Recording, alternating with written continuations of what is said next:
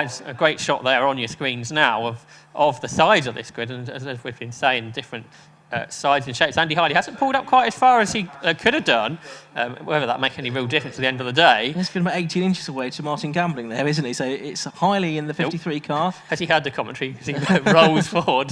Yeah, he's in the white and blue Kronos on pole. Then it's the red and white car alongside him as the lights go out and the race gets underway. So not a great start by Andy Harley, actually, because he's been beaten into the first corner by Paul Collingwood. Martin Gambling, though, it is that has the lead of the race as they turn their way through Oulton corner for the first time and then dropping down the avenue towards Denton's and Cascades. It looks like everyone's made it through Oulton. There's Hiley getting third place back from Rob Johnston into Cascades, but he's got 2 more cars to pass, Josh.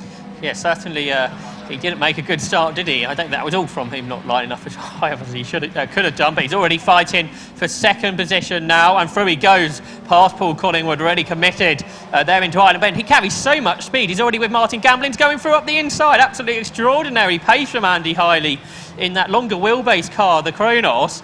He was 4th, wasn't he, before he got to Cascade. He now leads at the Shallows Hairpin. Absolutely fantastic speed there on this first lap from Hiley, despite that slow start. Yeah, he was 1.62 seconds faster than anybody else in qualifying, so that tells a story in its own right. And after a disappointing getaway, the next half a lap's been really good for Andy Hiley in the Kronos. He's got ahead there of Martin Gambling, number 99. Paul Collingwood there is third in car number 11.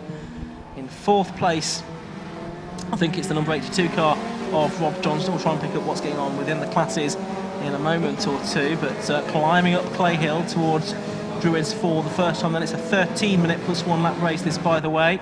There's a gap back, isn't there, from Rob Johnston back, I think, to Stephen Warden and possibly Mark Conroy disputing 5th and 6th positions at the moment. They can see the extra little wing on the back of Paul Collingwood's car, number 11, that's there in 3rd place. If you compare that to the car ahead of it, of Martin Gambling, which is sort of running the more original aero on those cars. And another Eclipse coming through is Paul Boyd there, the yellow car that's in the back of the shot there. He's up into, I think, 7th place now, so he's made up a couple of positions. Yeah, just made up one into Lodge, and he's one, as you said, we expect to move forward. The winner from Anglesey and won many races in the past. There's Stephen Ward just ahead of the car of Mark Conroy, making his return to the 750 Motor Club and to racing this weekend at Oulton Park.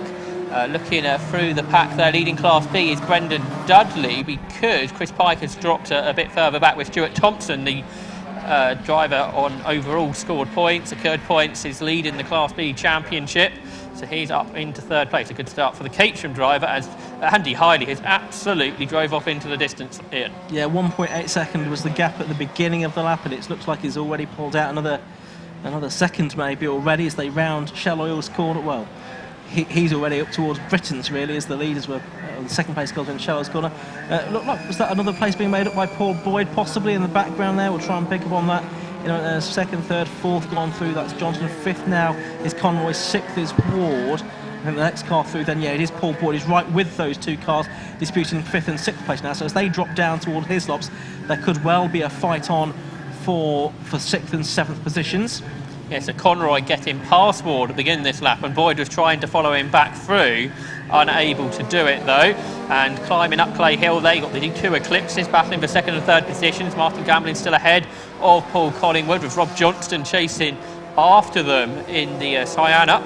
And in 5th position, Stephen Ward has dropped back further, hasn't he? So 5th is still Conroy, but up to 6th now Paul Boyd, getting ahead of Stephen Ward, who's dropping back, and he's got a couple of cars chasing him. I reckon that's Adrian Cooper and Liam. And those 2 trying to get side by side there, effectively, I think 2 teammates more or less, as they turn their way into the right-hander. In front of them, Paul Boyd gained another place though, because he went up the inside of Mark Conroy and went through up into 5th. So the driver that started 9th now into the top 5. Top 10 cars are all Class A, aren't they, on this occasion? So it's Anton Landon in the Silent that's rounding out the top 10 as we watch those 2 disputing at the month. And the first of the Class B cars coming through now, that looks like Chris Pike, is it, that's now got into the lead of that class? Yeah, the 25 car now has gone through ahead of 158 Brendan Dudley. So Chris Pike back into the lead of Class B. Steve Wells into the pit lane, the driver from the Isle of Wight. I think that was at the end of the first lap. So having a look at the front right corner of that car, so perhaps involved in a bit of an incident on that first lap. Meanwhile, there's the 2 Class B cars absolutely together. Chris Pike ahead of Brendan Dudley. I think Dudley knew, is he, to Class B this weekend, and he was challenging there on the run up towards Island Bend to try and fight back ahead of Chris Pike. So a good battle in Class B, which perhaps we haven't seen for the last few meetings, with Pike having the pace there, though. The Class A cars making their way through the Britain chicane. And now Paul Boyd's into 5th. He's getting away from the cars behind and trying to go after Rob Johnston, who's just up the road over Hilltop. So there they fall now off of Hilltop and down into the Hislop chicane. Car 33 having a big twitch under the brakes. That's Stephen Ward. And I thought he'd lost it there. It was going to come under pressure from 21, Adrian Cooper, but it didn't quite pan out that way. So the man from Northampton, just Stephen Ward, just tucked in behind Mark Conroy, number 20 there. Then you've got Cooper and M just behind, so a nice little 4-car battle going on, and then Anton Landon just chasing after them. Here comes Stephen Ward up the inside of Conroy into Druids, and he's gone through. So that's a change there for 6th position, and Conroy is possibly in trouble there. Yes, he's lost a handful of places. Yes, he's slowing. I reckon it's Anton Landon on the grass there, trying to get past Liam. They've all passed Mark Conroy, who I suspect is for the pit lane at the end of this lap. And Andy Hiley's gone quicker than he has did in qualifying. 1 minute 49.61. So Hiley absolutely flying. That's 7 seconds then under that lap record Ian spoke about. He's 4.4 seconds ahead of Martin Gamblin. As into the pit lane goes Mark Conroy, as we suspected. He does have a problem, as we have seen a slower lap from Rob Johnson that time, a 1:52. Well, a quicker lap for him, but slow relative to the cars around him, a 1:52.22. Paul Boyd took nearly 2 seconds out of him on that lap. Yes, perhaps this is what we were talking about earlier, with people not having much time around this circuit in these cars. Everyone's going much quicker than they managed in qualifying. A 1:50.3 from Paul Boyd is 3 seconds quicker than he went in qualifying. He's up to 5th and chasing Rob Johnston. Yeah, there you can see the 44 car that's going through. That's Stephen Lansley in another of the Class B cars. I think he is 3rd in Class B at the moment, just behind Pike and Dudley. They're on their way down the Lakeside Straight. This screen saying he's Class A. Oh yeah, Class A, I beg your pardon, yes, but he's just behind the 2 Class B cars. Conroy's climbing in the pit lane. There's a car off the road, Ian, at the Island Bend. Is that Rob Johnston, question mark? Possibly. We'll have to wait and see if he can. That's not a particularly clear view, just behind the catch fencing there. That's the word I was looking for. We've got a whole stream of cars coming through into the right-hander at the Britain chicane now. Noisy cars aren't distracting at all, are they? No, they're not. I think we've got the dyno running underneath the commentary box here. That wasn't particularly well thought out. Anyway, there is the 158 car with Stephen Lansley right behind it. Brendan Dudley then, I think it's his first time out this season. He has been a regular in sports specials in the past, but he was a regular in low cost quite a few years ago, and a regular front runner he was as well. Here's Gamblin through in 2nd, then it's Collingwood 3rd. This is looking out our windows, then Paul Boyd up to 4th. So we have lost Rob Johnston, and Paul Boyd has flown up to the back of Paul Collingwood, who had actually a slow lap. He was in the 55. Looking back to our screens, there's the Mazda low-cost leader just in front of 97, Ben Powney. 97 is the Caterham, making his debut too, I think, isn't it, Ian? The car of Justin Cox, yes, the Caterham 7. Steve Wells is back into the pit lane again. He's been out and has returned. I think this time he'll be out of the race by the looks of it. Class B leader Chris Pike is now a long way clear of the rest of the cars in Class B. He's up with Nigel Brown's Class A Silver Phaser as well. Picking up some of the cars further back. There's Bridget Smart, car number 38, just ahead of Lee Dolby, who I think had an incident yesterday, and he's sort of battling with Ben Powney for the sort of unofficial Masters low-cost championship, but Powney much further ahead here, and he's right on the tail of David Winter. You could just see there, heading down the avenue into Cascades. Yeah, Powney, it is ahead of James Millman and Stuart Sellers among the Mazda low-costs at the moment. There, though, is the 61 car of Sellers, and he is right with the car of Oliver Batten, I think that is at the moment. Yes, so Batten must have went up the inside there into Cascades to grab what is 3rd place within the Mazda low-cost. There they are, turning their way through Island Bend. Oliver Batten ahead of Stuart Sellers. Sellers, who was a winner in the low-cost championship. I think we saw Oliver Batten get on the podium, didn't we, towards the end of his low-cost career before moving into this Mazda low-cost. I just passed in that car of Rob Johnston, who's parked on the side of the road, unfortunately for him, into the Britain chicane. There's number 61, the Team Sellers racing car of Stuart Sellers, hopping over the curbs through the corner there, then climbing over the hill, chasing after Oliver Batten. They are on their 5th lap of the race, which has already been completed by the overall race leader, Andy Hiley. Yeah, we've not seen much of Andy Hiley in this race. He's so far ahead. He's 6 seconds clear of Martin Gambling in 2nd place. But here's this battle going on a little bit further back, involving Stephen Ward and Lee M and Adrian Cooper. Further back still, we could just about see Nigel Brown and Chris Pike coming into shot. So here is Stephen Ward. He is 6th. Anton Landon is 7th. And Lee M, the reigning champion, is in 8th position at the moment. So they turn their way through Old Hall Corner. We have got 2 minutes and 20 seconds left to go in this race. Adrian Cooper, I think, moved to the front of this queue, didn't he, on the last lap to get in ahead of Stephen Ward, who's now going to be passed by Anton Landon up the inside through Cascades, and Lee M just behind them. So it's good 3-car dice this is, going up towards Island now with the Landon car in front, Anton Landon, who is doing all right in the championship, isn't he? 11th overall, as Liam tries to squeeze up the inside of Stephen Ward, was unable to do it. Stephen Ward actually is up in 3rd position in the Class A standing, so this has not been a good race for Stephen Ward. It started well, but he's dropped back from there. He has, somewhat. And as further back, it looked like Stephen Lansley, number 44, had got ahead of 158 Brendan Dudley for 11th position. And it was looking like a very close fight between Stuart Thompson, David Winter and Ben Powley within Class B for 13th, 14th and 15th overall. That was as they headed through Old Hall.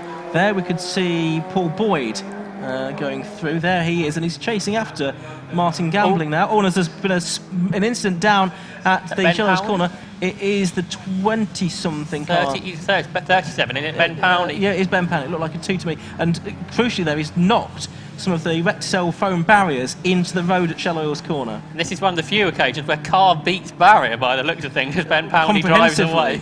And the drivers have really got to slow quite significantly there to avoid those bales in the middle of the road. I mean, they're obviously going quite slowly anyway at that part of the thing. And Collingwood's got problems. Paul Collingwood, who was in 4th place, goes rather slowly past me. It looked like he was trying to find a gear. Has he found one now? I think he's pulling off. Paul Collingwood from 4th place is pulling out of the race. Big pace there he is. Yeah. A big pace though from the car in front, or was in front of him, Paul Boyd. He's in the 49s now, much like Hiley, so he's catching Martin Gambling at pretty a high rate. You kind of wonder with them bales out here, and this might be the last lap of the race, and we get the flag a lap early. We'll see if that happens, but there they are, they're side by side. Paul Boyd goes up the inside. One of the bales has moved, hopefully somebody hasn't hit that, but Boyd goes through into 2nd place. This has been a really good drive from Paul Boyd, 9th on the grid, up to 2nd there at the Charles hairpin, moving ahead of Martin Gambling into the Britain chicane. They go now. There's Gambling, 99, hopping over the curbs. So Paul Boyd pretty much on the same pace as Andy Hiley, which is a really good drive throughout the course of this race for him. And it's a bit frustrating this for Martin Gambling in the championship, isn't it? To be losing out to Paul Boyd, who gets a bit unsettled under braking there. And I thought he was going to lose it, but no, he's still there in 2nd position, 7 seconds behind Andy Hiley. Gambling there in 3rd place. We've lost the other eclipse now. That's Paul Collingwood, I should say. And Adrian Cooper, therefore, should come up into 4th position in the number 21 Procom. So just see if the checkered flag does go out this lap or not. But now the bale's not sort of across the circuit, we might be able to... I think I saw the last lap board being prepared, so I think it's the last lap board this time. OK, so we'll get the full distance, which is good. Martin Gambling now coming back at Paul Boyd by the looks of it. The flag is ready, isn't it? So Andy Hiley takes the win. And behind, Paul Boyd's gone off. He's over the grass as he held on. So there's Hiley, the winner. It's a race to the line for 2nd place. Is it going to be Gambling or is it going to be Boyd? Boyd just held on by 1,300 of a second in. Well, that was a very close finish between those two, and I think if the finish line had been a bit further up the straight, it might have been Martin Gambling that took it. So got some of the cars for the minor placings coming through, but it's going to be Anton Landon that gets 4th place out of this in the end. So that's a great progress from him. He was on the back end of the top 10 in the early part of the race, the number 64 car. 5th to number 21, Adrian Cooper. 6th to number 1, Lee M. Stephen Ward's dropped back recently, hasn't he? He comes through now. He was rather spin, I think, out of our sight, looking to see if there's any damage or anything on the cars. It comes past us, but no. So Stephen Ward, number 33, takes 7th. Yeah, slow last lap from him. 8th place will go the way of Nigel Brown, number 10, over the line he goes now. And then our Class B winner, yet again, it's been a really strong run from Chris Pike, number 25. He takes 9th place overall and another Class B victory. So rounding out the top 10, I think, is going to be the 158 car, Brendan Dudley. And then everybody else comes through. Next, Stephen Lansley comes through, David Winter, Stuart Thompson, and our Mazda low-cost winner is going to be Oliver Batten, I think. And he gets it by only 1/1600th of a second from James Millman. So that's a really close finish as well. Absolutely, with Ben Powley dropping out or having that incident, who is actually going to take the flag. There he is. Despite wrecking Oulton Park circuit furniture, he's made it to the flag. The number plate on the front of the car's a bit bent, but that's the only visible damage I could see on that, so that's quite remarkable. I'm sure there'll be some video of that we can see later on. That'd be quite good fun. So in Class A it was Hiley that beat Boyd and Gamble. In Class B was Pike from Dudley and Winter. Then the Mazda low cost was Batten from Millman and Sellers. So that was another eventful race, as I'm sure the day will go on here at Oulton Park. One further race prior to lunch, which is the bike sports. Not sure how much of lunch we're going to get, but that's not too unusual, is it, here at Oulton Park? A great racing we've had. And of course, there's going to be a bit of circuit furniture movement, isn't there, before that next race can happen. As Lee Dolby just comes through as well to finish his race in the number 77 car. So this good news for Andy Hiley in the championship as well. So another win, a comfortable win on this occasion. And those that are battling with him for the championship, so Martin Gambling, and in particular Stuart Thompson, who was fourth within Class B. 1, 2, 3, 4. Yeah, he was fourth. Losing out a little bit here. You suspect that Hiley's quite pleased that Paul Boyd didn't qualify very well, because Boyd's pace would certainly suggest he could have took the challenge to him. Well, but it's a ninth place later on too for Boyd on the grid. I was going to say, yes, because the grid for race 2 set by second fastest times from qualifying this morning. If it had been set by race 1 result, then we could have had a race on our hands a little bit later on, but we might still have a race on our hands later on as well. So the car's heading into Parc Ferme at the end of that 30-minute plus 1 lap race for the Protech Shock Sport Specials Championship. Another race for those later on. They have 2 more as well at Snetterton in October to round out their season. And I think the way things are, I think that championship will indeed be resolved in that final meeting at Oulton Park. Yeah, Hiley can't afford a bad race still, can he? Despite having this advantage over Martin Gambler. I think he's had 3 sort of effectively non-finishes or non-starts during the course of the year, so anything he drops now is a real problem for him. So he'll be hoping to keep some reliability in that car as much as anything else, as well as the fantastic pace that the Kronos has shown here at Oulton Park today in the Protech Shock Sport Specials Championship. A reminder, 1 race before the lunch break then, that is the RLM Racing Bike Sports Championship, so mostly radicals, but we've also got the Mittel out there as well, amongst others, that won the races last time out at Oulton Park, so we'll look forward to that in a moment. But first of all, we've got to hear from our successful drivers from the Protech Shock Sports Specials. We can see that Jacob Harris is ready and waiting for drivers to be brought to him down there near the podium. And we'll hear from Jacob very shortly. But just as yet, he's not got anybody to talk to. Still cars feeding in. Paul Collingwood's car, which did have a Land Rover go off to recover it, has decided to go back to the paddock under his own steam. So Paul Collingwood, hopefully he'll be able to get the car back out for race 2 a little bit later on today. Almost looks like the car is struggling to continue though. Okay, so let's now go down to Jacob in the pit lane. Jacob. But he'll give us a little countdown with his.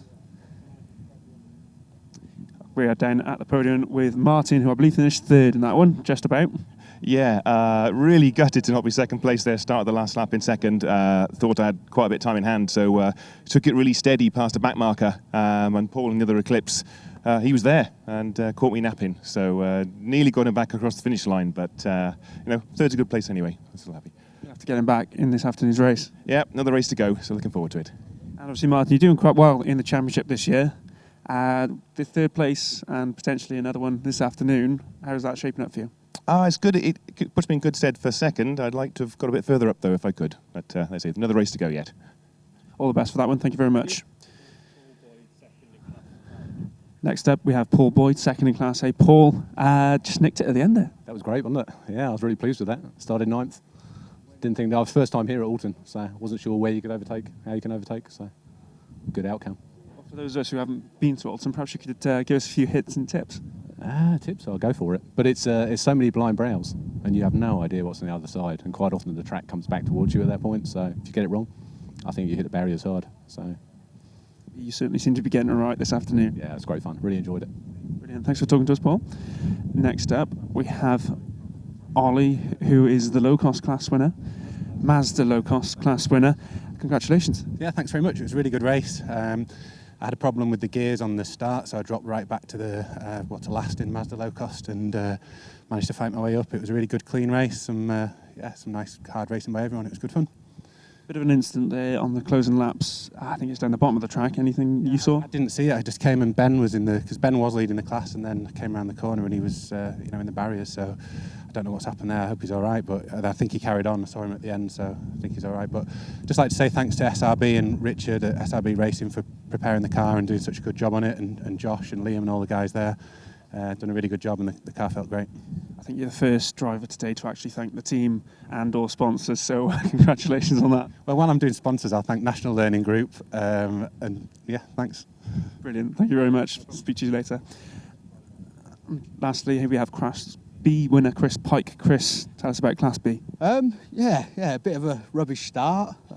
Probably lost about 5 or 6 places and then just sort of picked them off, and then got my head down. Had a little battle with one of the Class A guys, Nigel, and yeah, it was good fun coming through the field as well. So yeah, that's what we want. It's all good. Where is best to overtake around here?